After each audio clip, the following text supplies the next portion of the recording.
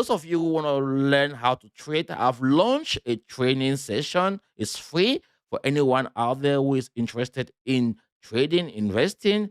The link is found below this video. Go to Eventbrite and register, and also join my community on Telegram. There, you're gonna find other people out there who are interested in the game of cryptocurrency or in the cryptoverse.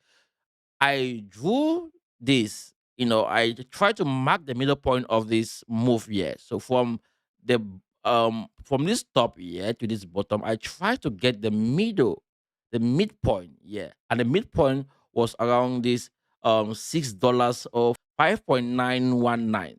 That was the midpoint from this move here.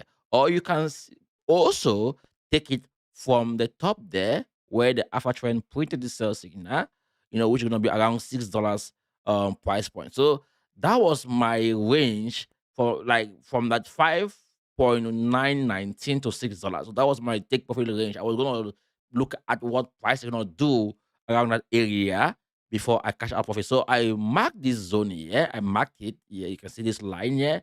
I marked this line, and this line was okay. If price get there, fine. I'm gonna cash out profit there. But if price is not able to go there and I see weakness in price, I'm gonna cash out profit. So that was the target on the 1 hour time frame. I didn't want to. I usually when you see a huge move like this, right? What you want to do is take more short trades until you see price come to test these previous levels. Usually, when you see a huge move like this to the downside, and you want to target, like you want to take a short-term trade, always target the midpoint of that move. Don't target like the high, like this, the top there, and so on. You can target the top there, but you have to wait to see what price is gonna do. After price must have recovered half of the candle, usually price will trace back to test key levels, like these levels that price was dropping. Price is gonna at least at one point go to test it, so you see what price is gonna do, and if price reject hold key levels below price, then you can start looking for that long-term buy. So let's go now to the trade and you see how it played out. So I cashed out my profit here around this area, but my take profit was around $6. When I saw weakness here around this area, I cashed out my profit this area here. I didn't allow price to go right up there. Usually, I would have cashed out my profit here, but I wasn't available.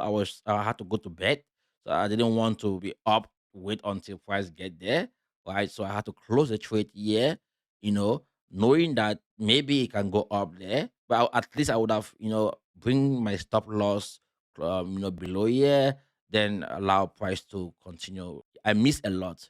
I would have made more, but again, that was a decent profit. From here to this upside, I made 30% profit from this move here, which was amazing. So I said, let me do this video to share with you guys how I go about this. And now today, I was to take this trade, but I wasn't available to take a trade. So the same rule apply the opposite direction. When price is moving sideways, you bring in the volume profile here and you wait to see where the alpha trend is gonna print a sell signal. In this case, we didn't see the alpha trend print a sell signal before this break of structure here. So price break, with high volume, and then you see the alpha trend printed a sell signal here. So usually, when you see the alpha trend print a sell signal like that with high volume, you can drop down to the 5 minutes time frame to see, because on the 5 minutes time frame, the move has already taken place.